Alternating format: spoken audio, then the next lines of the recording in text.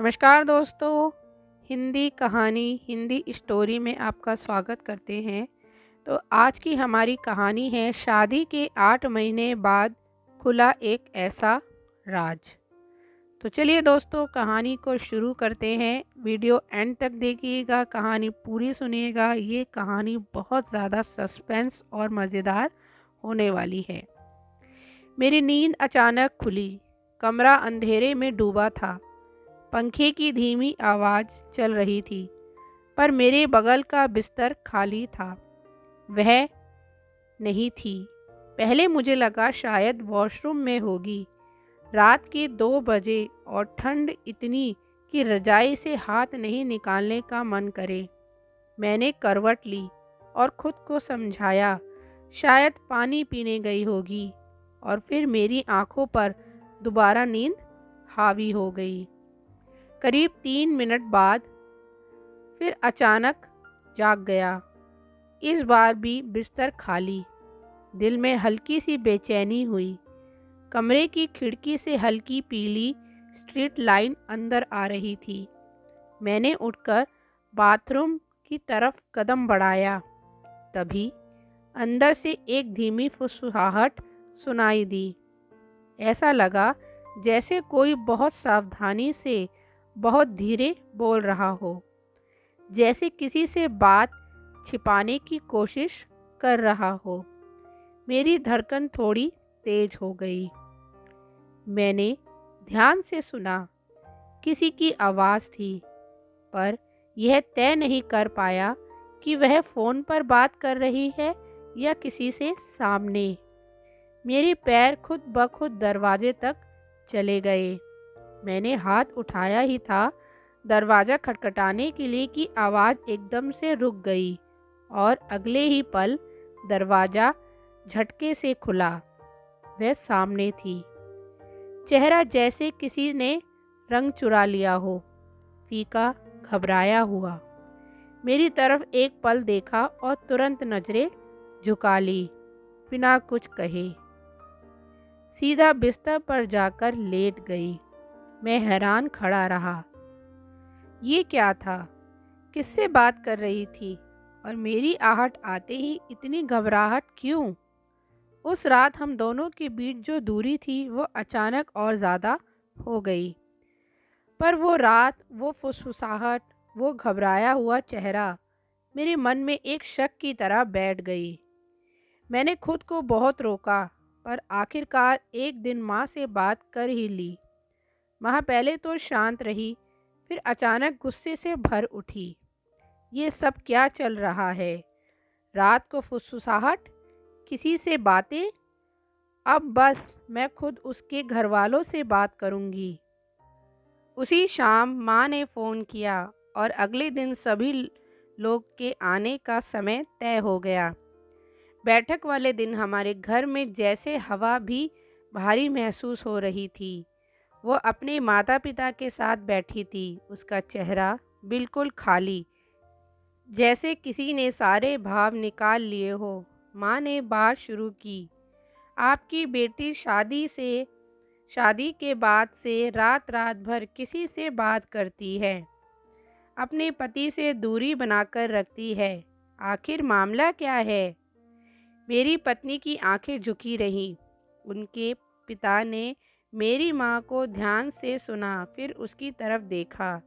चल बेटी घर चल, होकर धीमी आवाज में कहा। एक बात कहकर जा रहा हूँ।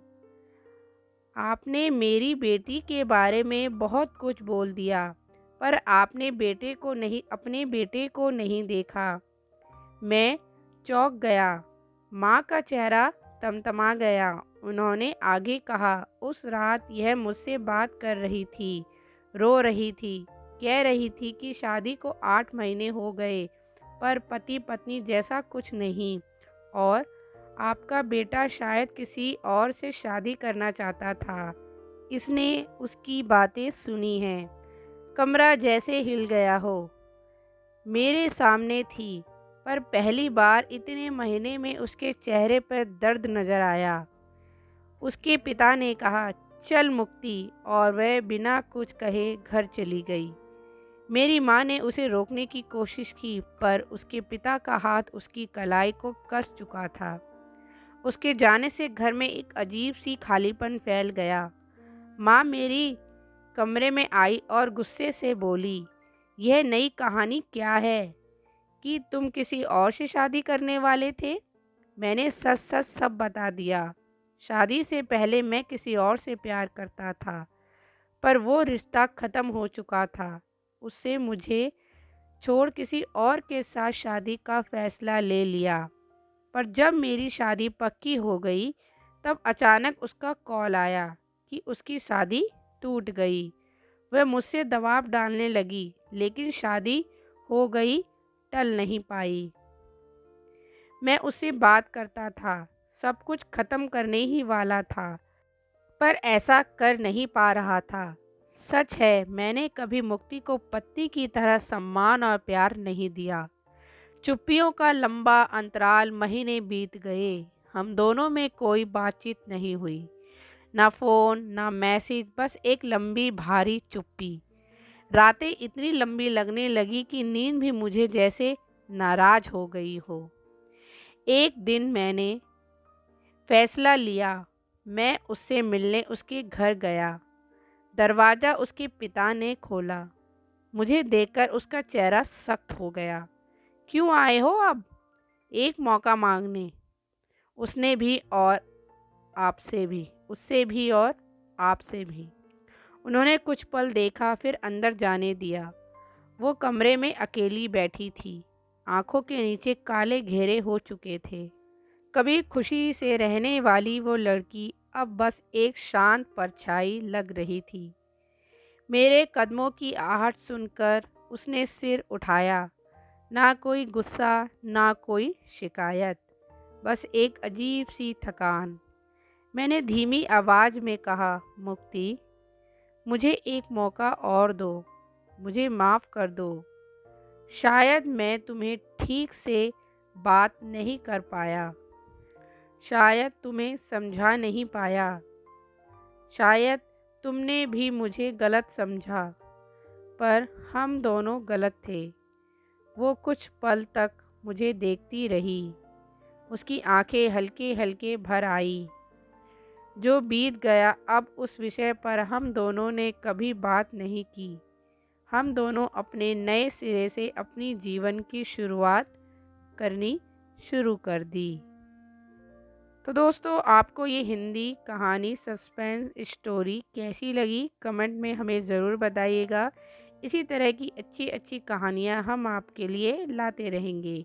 तो चैनल को सब्सक्राइब कर लीजिएगा, लाइक कर दीजिएगा। तो अब आपसे मिलेंगे एक नई स्टोरी में। तब तक के लिए बाय बाय।